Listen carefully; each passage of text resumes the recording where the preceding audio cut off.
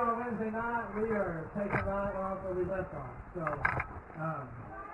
just get your notebook out. You're going to want to take some notes there. Let's pray. Let's get into the Word this morning. Dear Heavenly Father, Lord, thank you so much for this beautiful day, Lord. Lord, we thank you for the breeze that's blowing in this morning, Lord. Lord, we thank you for keeping us cool, for keeping us comfortable, Lord.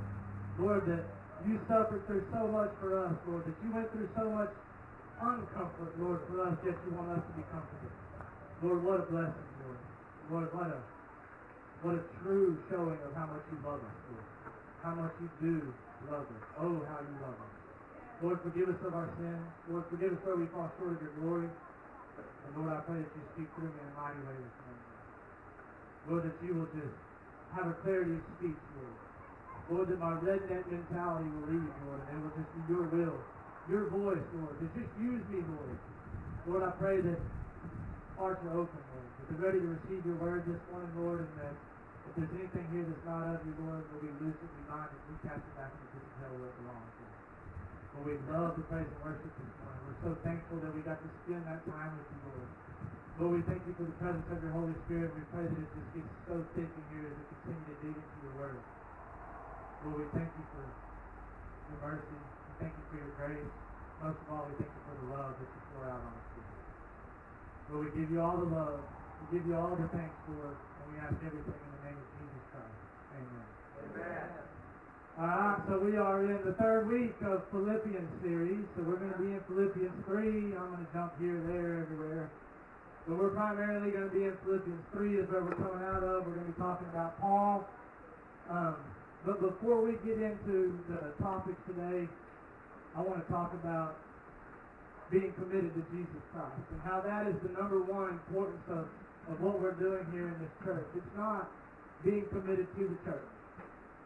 That's a great thing, that you're committed to the church. It's not being committed to religion. Those are great things. But your true commitment should be to Jesus Christ. Because you can be committed to church, you can be committed to religion, you can dress the part, you can be in church every Wednesday and every Sunday, but still not serve Christ. You just fill a seat. And today, we're going to kind of dig into some things that are going to help us kind of align ourselves with God's will. How we get ourselves able to press on and to move out of the situations that we're in and move forward.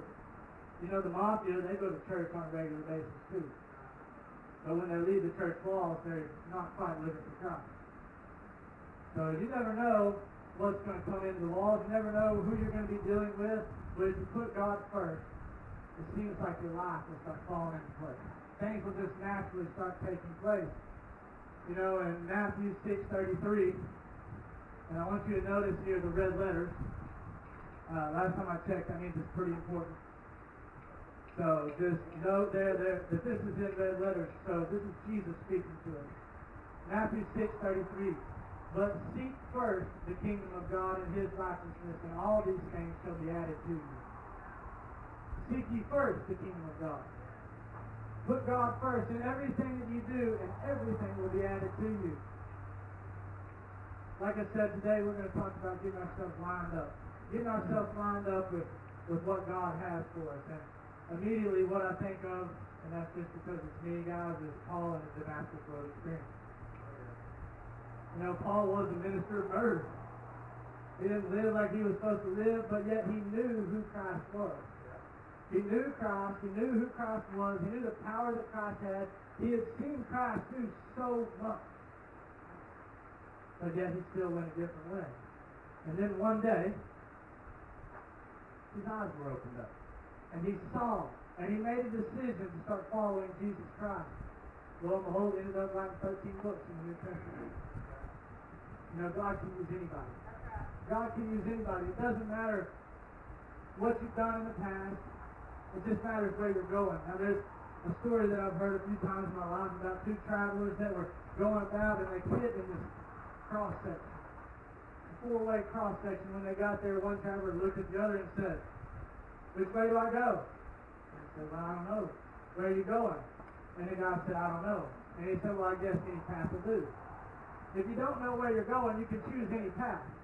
But when you figure it out and the decision's made and you know who you're following and where you're going, there's going to be a certain path that you're going to follow. You can't just run them up. You can't just do what you want.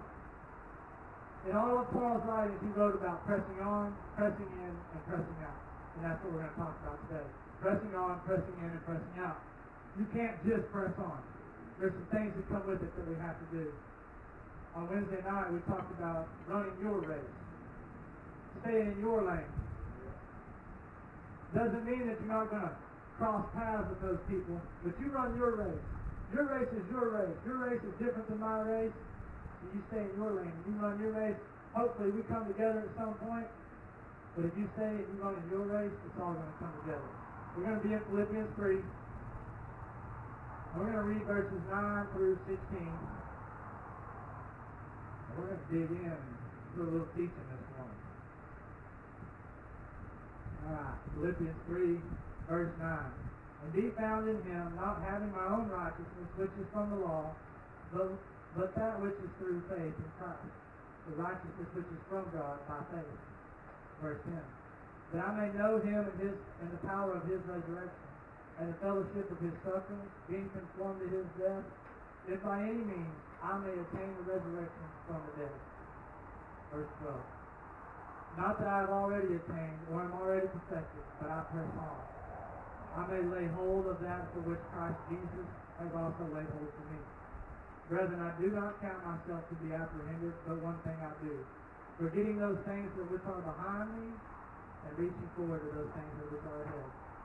I press towards the goal for the prize of the upward call of God in Christ Jesus.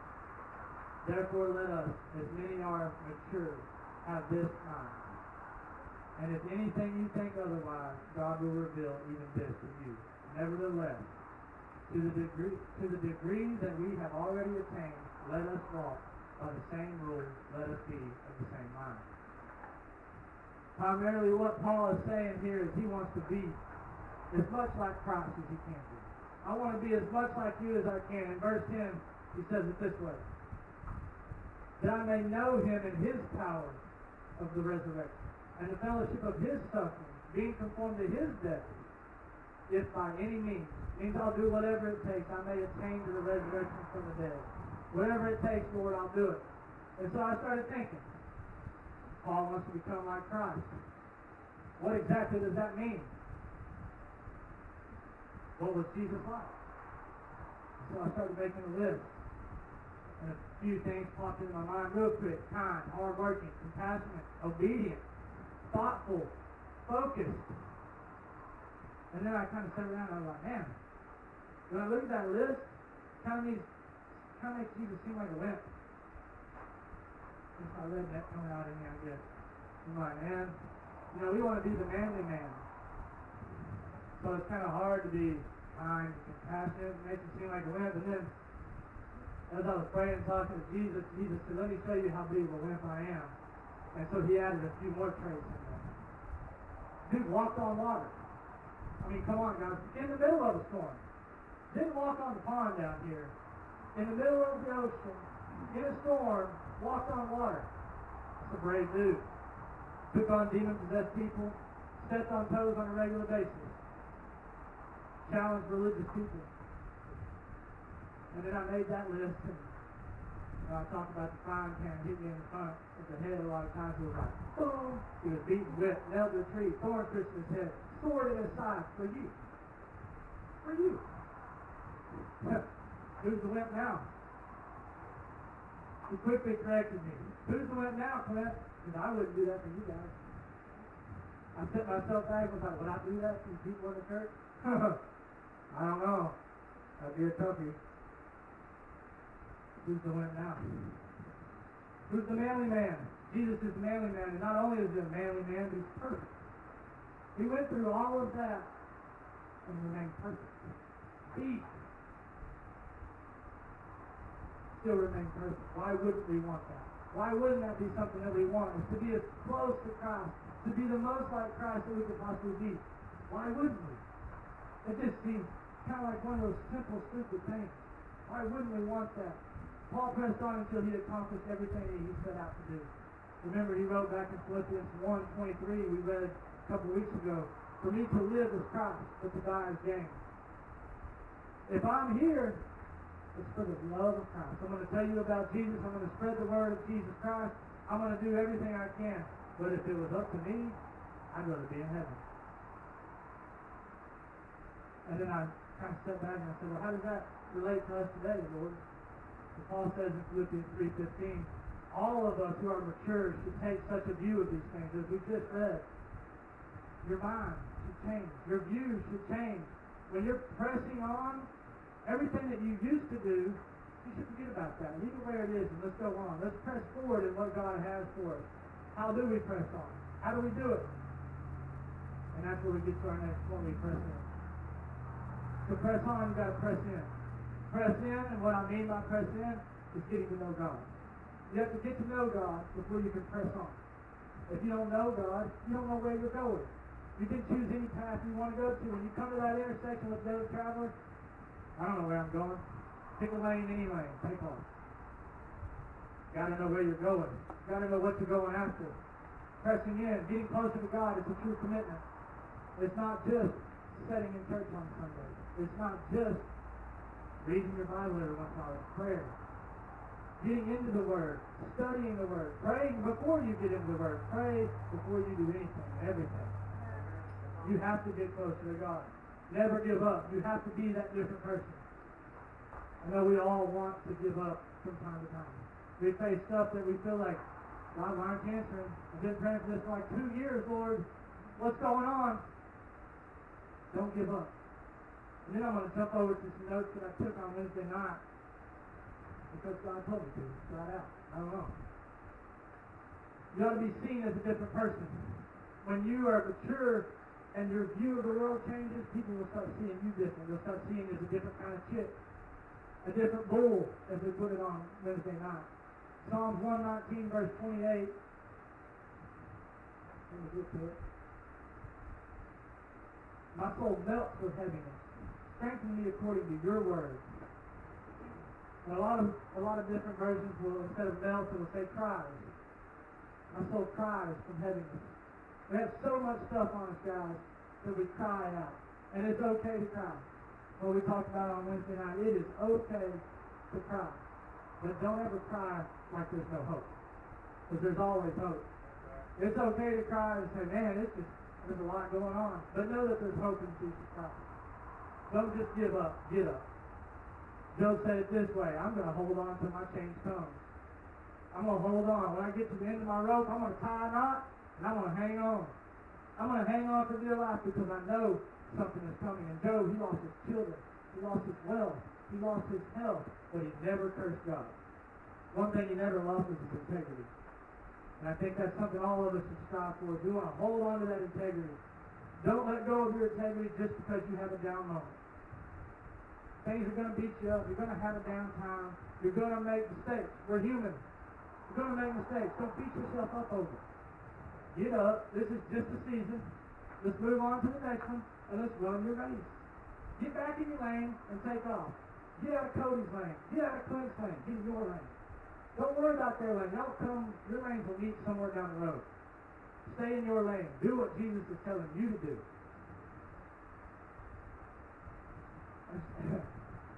Everywhere I turn, it's looking for press. Do this, press. Go out. So I was like, what exactly does press mean? Went to the good old Webster dictionary, and this is what Webster told me. There's two different meanings, and then there's different ways you can use it. You just says an adverb, it means one thing, and losing there, I'm like, okay, well now you're going over my head, Webster. Tone it down a notch. So what I came up with, when I was looking at the dictionary, Webster defines pressing in two different ways. It's something important. Pressing is something important. The other one was location or close quarters. I understand that one because I feel pressed. I'm in close quarters. I feel pressed. And so what I gathered from that was pressing in would mean coming closer to something important. That's just what I gathered from it. I'm no scholar, so take what you want. Pressing in, becoming closer to something important. Getting in close quarters with what's important to you. Getting up close and personal. Getting in the right location. Getting in your lane so that you can press on. You must press in. And then, if you're pressing on and you're pressing in, and the last one comes pretty natural. press out. Press out is going out, telling others about the gospel, spreading the word of Jesus Christ, and that's what we're called to do, is go out. Mark 16, verse 15 says, go out into the world and preach the good news to all creation. We can't just preach right inside this tent and expect to make changes.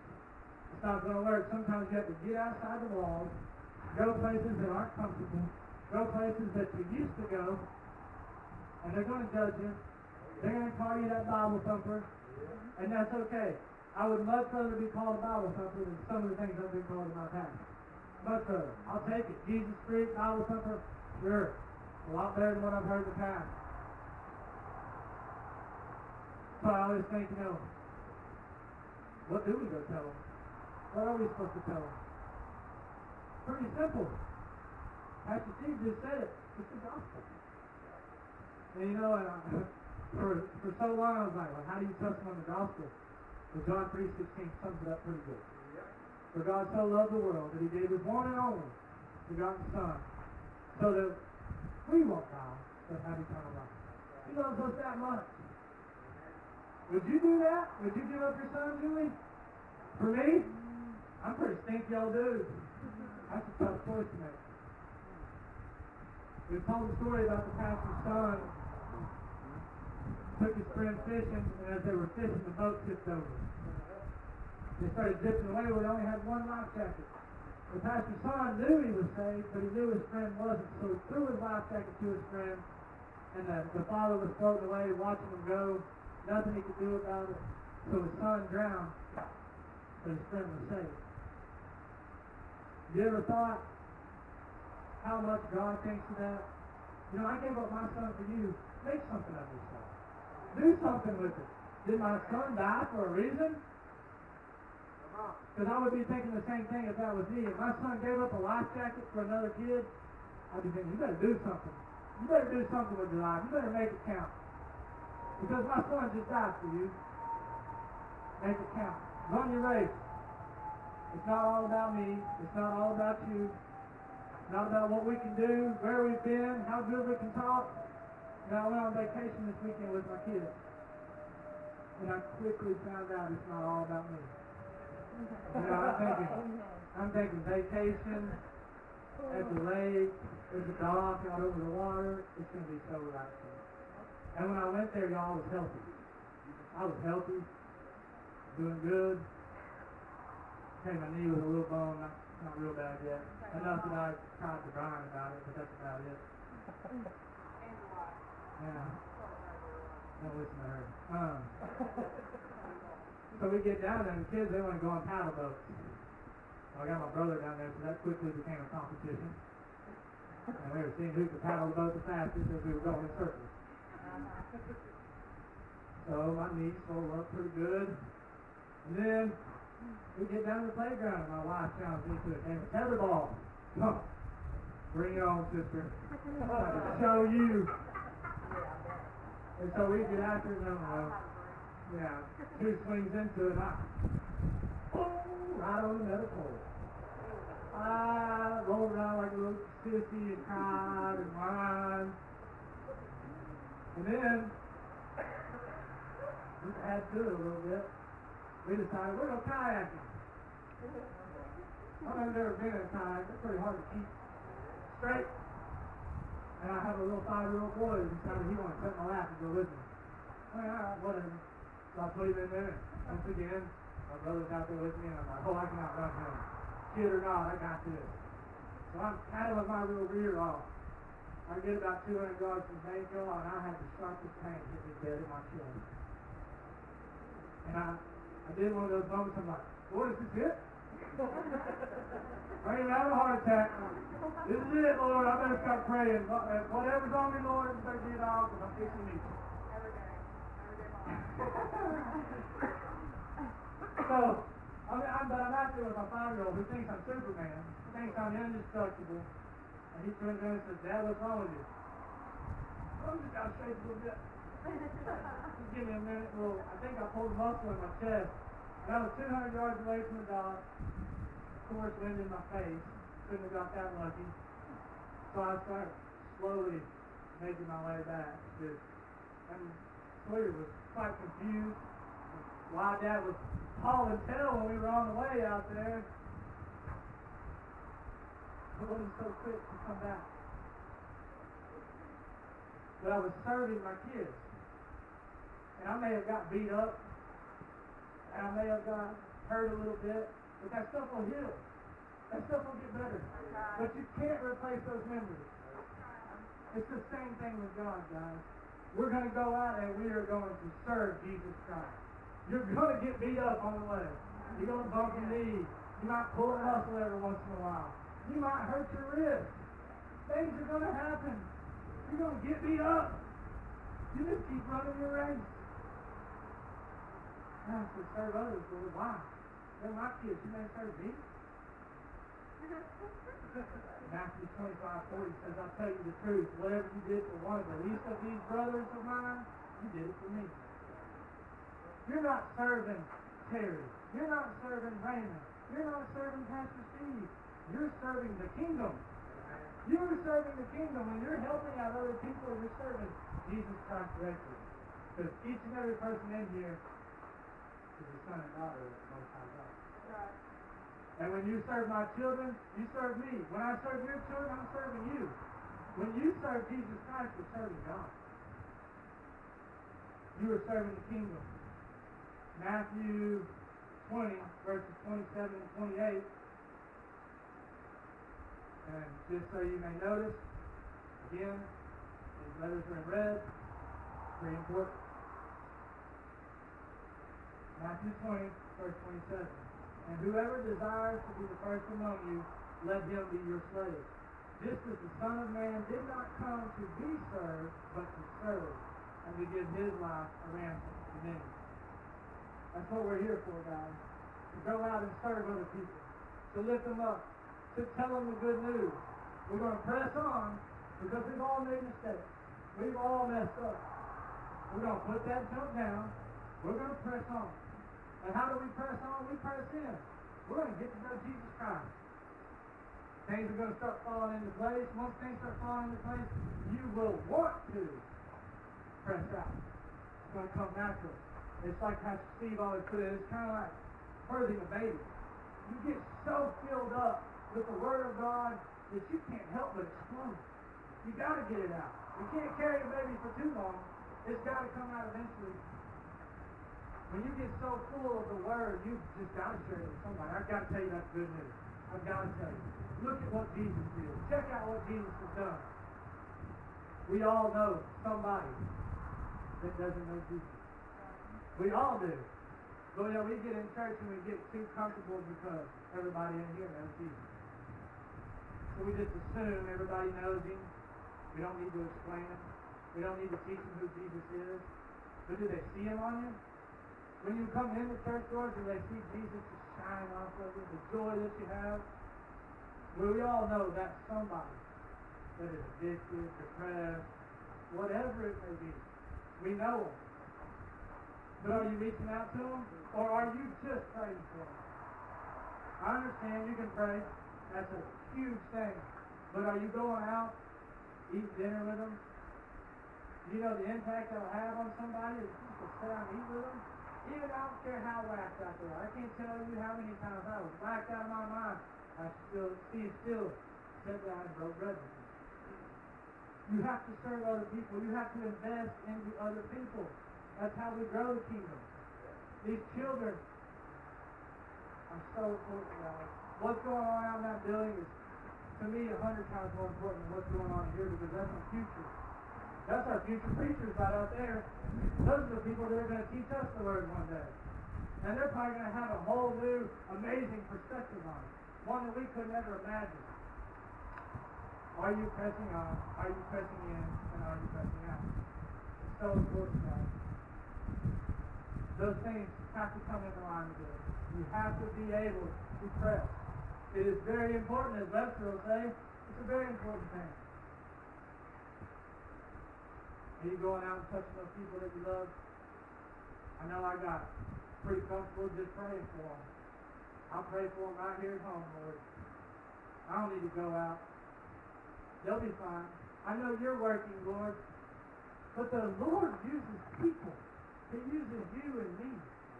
But we get too caught up about you and me. We want the glory for it.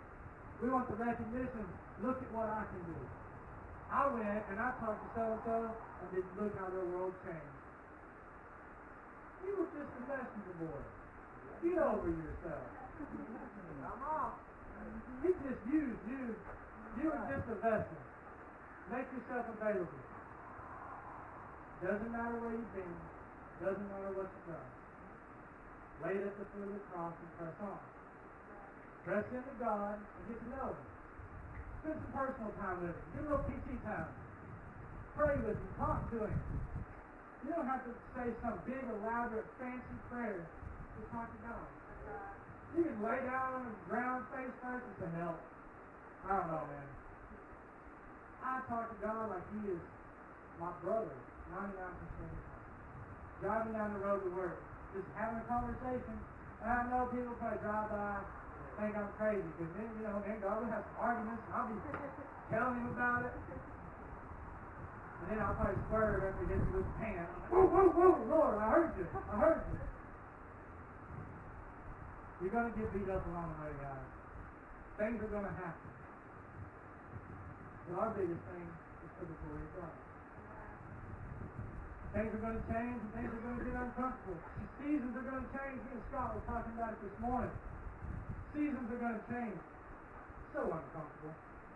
I was really comfortable in the season you had me in, Lord. It was really good. Why did you have to change it up on me? I was pressing on just fine. But a lot of times we want to press on in what we're doing. And we forget about pressing on for God. Because it's a lot easier to just press on and just run around. It's so easy. But then when God gives you a job, gives you a task, that pressing on all of a sudden becomes very difficult. Press on. Get to know Him. If you get to know Him, that pressing on won't be so hard. And once you get to know Him, you'll naturally want to press out. So press on, press in, press out. Terry, close this up. Steve, Ray, y'all want to come up here?